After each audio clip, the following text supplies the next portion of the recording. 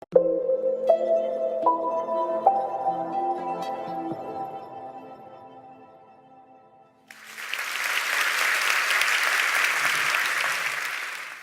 un, et deux, et un, deux, trois. Bonjour. Combien d'entre vous a aujourd'hui la vie qu'il imaginait avoir il y a 20 ans? Pas beaucoup, j'imagine. Moi non plus. Sinon, j'aurais des longs cheveux tout raides comme Lara Croft et je serais archéologue comme Indiana Jones. Mais je suis aujourd'hui chanteuse de jazz parce que j'ai laissé la vie prendre son cours et c'est ici qu'elle m'a amenée, dans ce superbe opéra de Clermont-Ferrand avec mon guitariste préféré, Michael Valianou.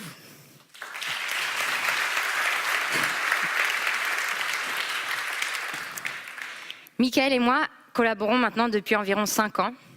C'est un musicien très versatile et un excellent guitariste.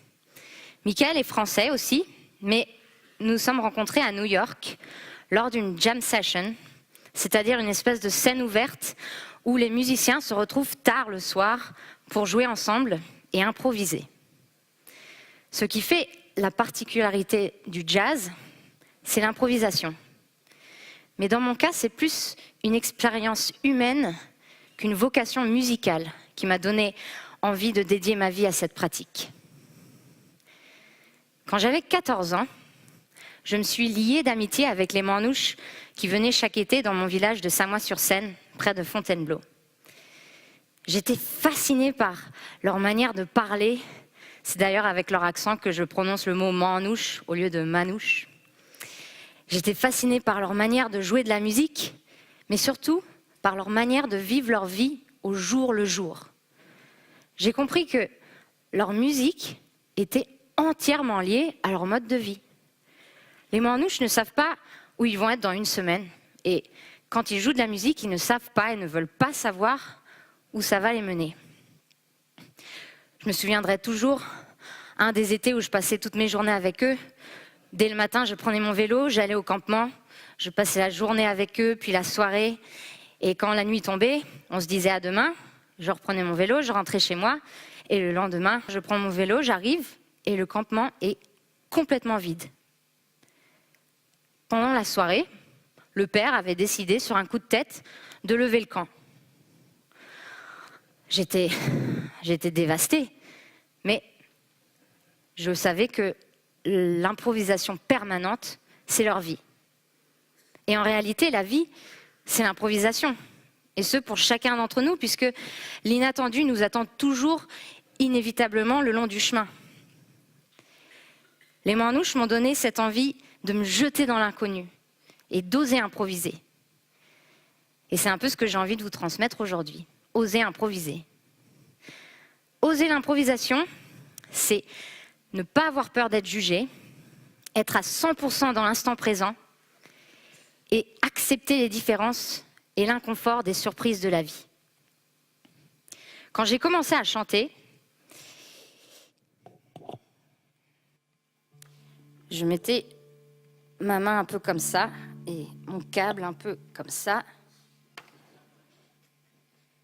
First I was afraid, I was petrified, kept thinking I could never live without you by my side. Ma mère me disait tout le temps « Cyril, tu arrêtes avec tes mains devant la figure !» Mais c'est lors d'une compétition de jazz vocal à Washington que le légendaire saxophoniste Wayne Shorter m'a dit « Get your hands off your face !» Et là, je me suis ouverte un peu plus.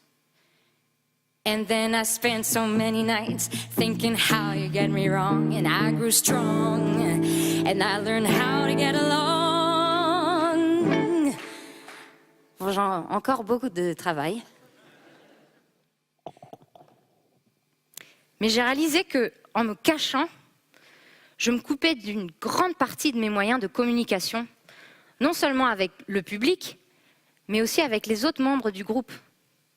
C'est très égocentrique de se renfermer sur soi-même, mais quand tout le monde nous regarde, on se sent directement jugé. Je dis souvent à mes élèves qui sont très introvertis d'essayer de sortir de leur tête pour ignorer les voix de jugement négatifs et positifs, parce que c'est là qu'elles se trouvent et elles nous distraient.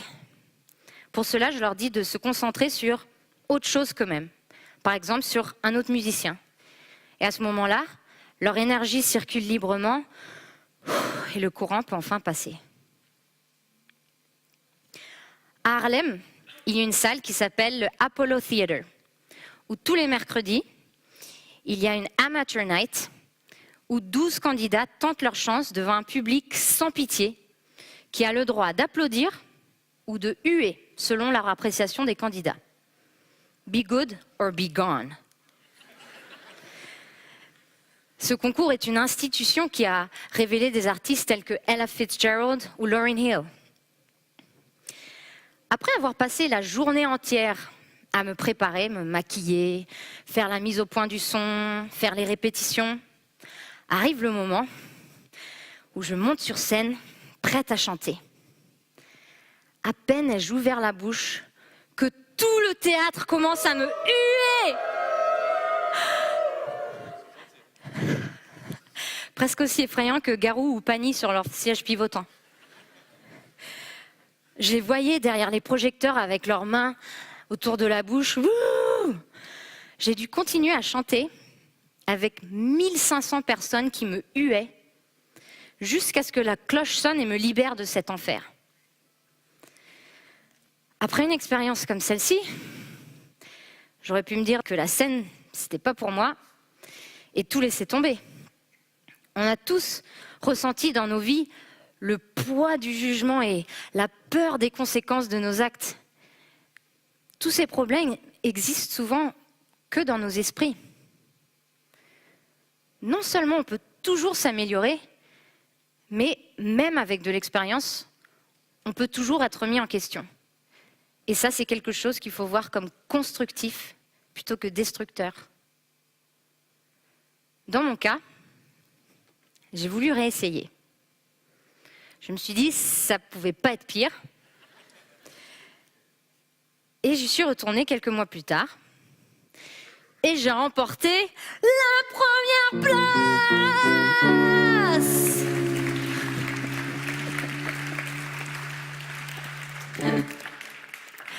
L'improvisation, c'est être en parfaite connexion avec le public et les autres membres du groupe, c'est-à-dire être à 100% dans l'instant présent, pour pouvoir réagir en temps réel à la musique, aux émotions et à l'énergie de l'auditoire.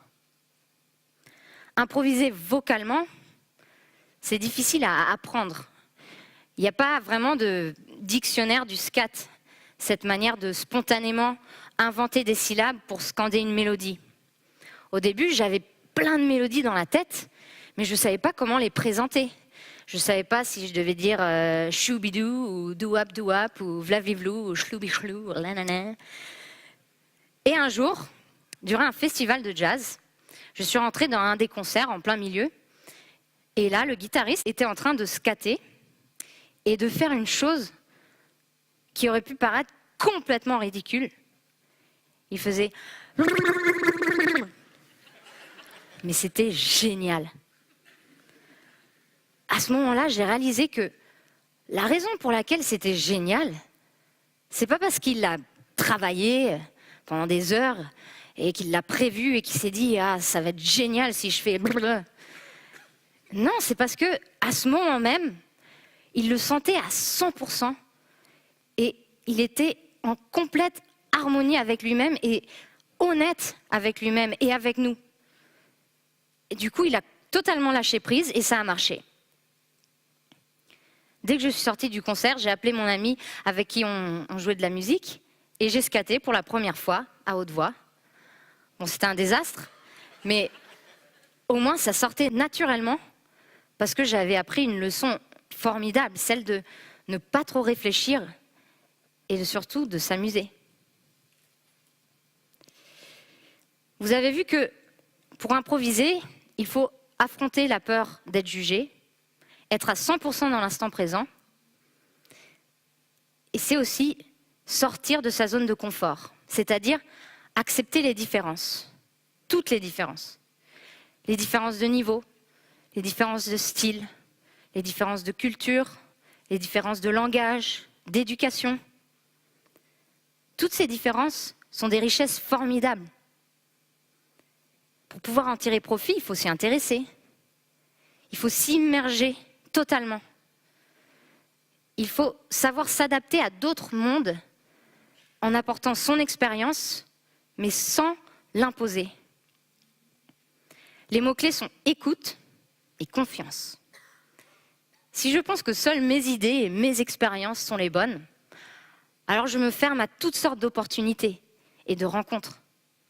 Si en revanche, je suis persuadée que ce que l'autre peut m'apporter est aussi riche et nouveau, alors on peut vraiment communiquer et un réel échange peut prendre vie. Dans le monde de la musique, on est souvent amené à jouer avec des musiciens qu'on ne connaît pas, qui ont un niveau plus élevé ou pas, un style différent, une expérience différente. Il y a quelques années, j'ai reçu sur MySpace, il y a beaucoup d'années, un message de la part d'un guitariste brésilien qui s'appelle Diego Figueiredo, qui m'invitait à venir jouer quelques concerts avec lui à Sao Paulo. On n'avait jamais joué ensemble, mais ayant très envie de voir le Brésil, je sautais dans le premier avion. Moi, je venais du monde du jazz, et Diego, de la musique brésilienne.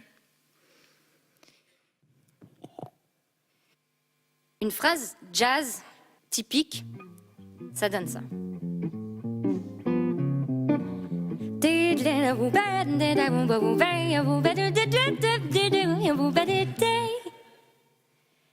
Si j'étais arrivée à la première répétition avec Diego et que j'avais copié-collé mon style jazz sur son style bossa, ça aurait donné ça.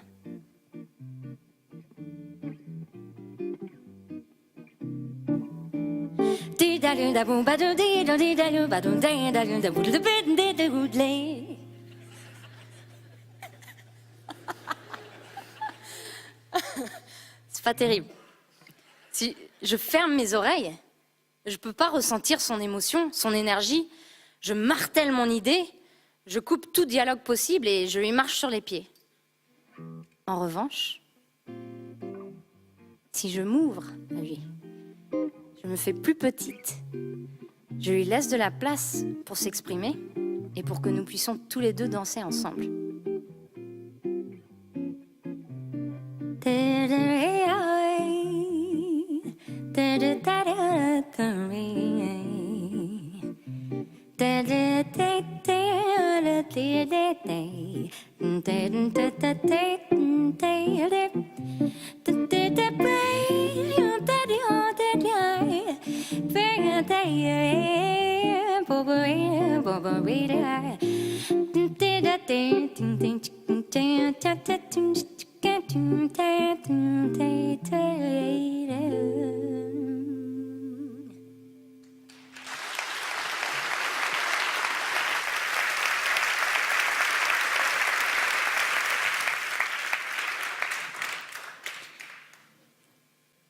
Mon père est français et ma mère est de République dominicaine. Et grâce à eux, ma sœur et moi avons beaucoup voyagé et grandi dans beaucoup de pays différents, comme l'Afrique, les États-Unis, le Mexique, Singapour. Le fait de devoir me réadapter à chaque fois dans plusieurs pays m'a beaucoup enrichi humainement et artistiquement. À chaque fois, j'ai dû sortir de ma zone de confort, recommencer à zéro, faire face à de nouveaux obstacles. J'ai dû me jeter dans l'inconnu, m'ouvrir à d'autres modes de vie, le tout sans tricher ni me dissimuler. Bref, j'ai dû improviser. Il y a quelques mois, je me promenais avec mon papa à Larchmont, près de New York, où nous vivions quand j'avais 9-10 ans. Et il me racontait qu'il avait été si heureux ici et qu'il gardait vraiment des bons souvenirs. Je lui demandais pourquoi avons-nous déménagé ? Et il me répondait qu'il avait perdu son boulot. Je me disais, ça devait être terrible pour papa de se faire virer et devoir rentrer en France. Et puis, je réalisais que si ça n'était pas arrivé, je n'aurais peut-être jamais rencontré les Manouches et peut-être jamais été chanteuse. Mon papa, c'est mon plus grand fan. Et c'est pour ça que je pense que pour oser improviser, il faut savoir accepter les inconforts des surprises de la vie. Par exemple, cette conférence, en plein milieu d'après-midi, pour 2 musiciens de jazz, ce n'est pas une situation forcément très confortable. Vous êtes venus pour écouter des conférences sur des thèmes assez variés et vous vous demandez bien qui nous sommes. Et nous, de notre côté, on a l'habitude de jouer dans un club ou une salle de concert où les gens savent à quoi s'attendre et on est habillé en tenue de soirée et on nous demande rarement de parler entre chaque morceau. Et puis il est beaucoup trop tôt pour jouer du jazz et vous n'avez pas encore assez bu et nous non plus. Donc, avec Michael, on va accepter tout ça, tous ces inconforts, toutes ces différences. On va vous faire confiance, on va se faire confiance, avec une chanson qui sera seulement pour vous et pour nous, maintenant, aujourd'hui, tout de suite.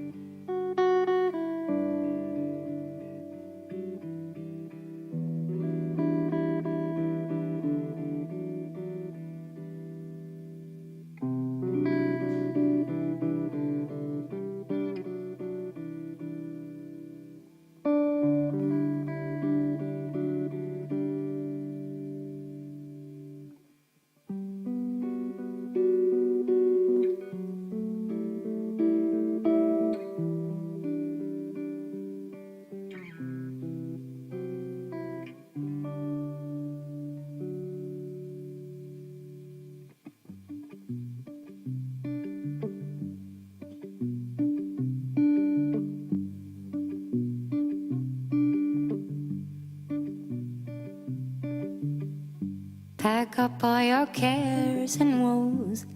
Here I go singing low. Bye bye, blackbird.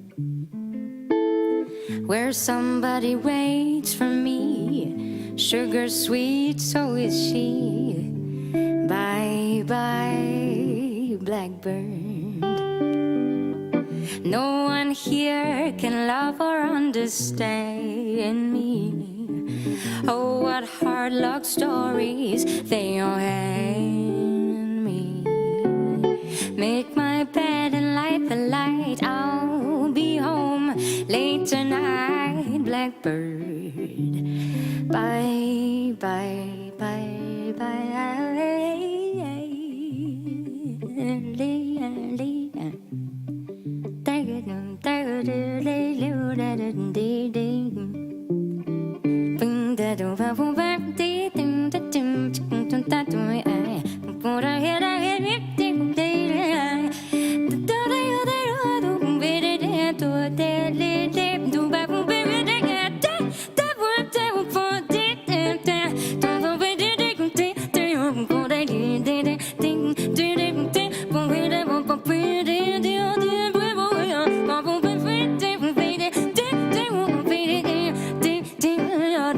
Pretty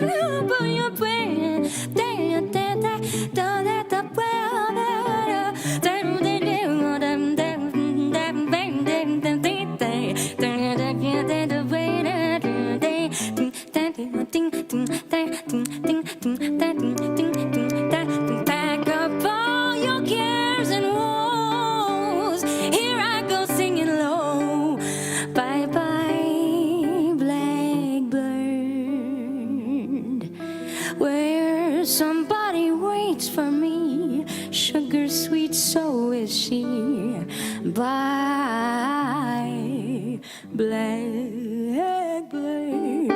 No one here can love or understand me. Oh, what hard luck stories they all hand me. Make my bed and light the light. I'll be home late tonight. Bye, bye, bye, bye. Bye, bye, bye, bye. Bye, bye, bye, bye. Bye, bye, bye, bye. Bye, bye, bye, bye, bye, bye.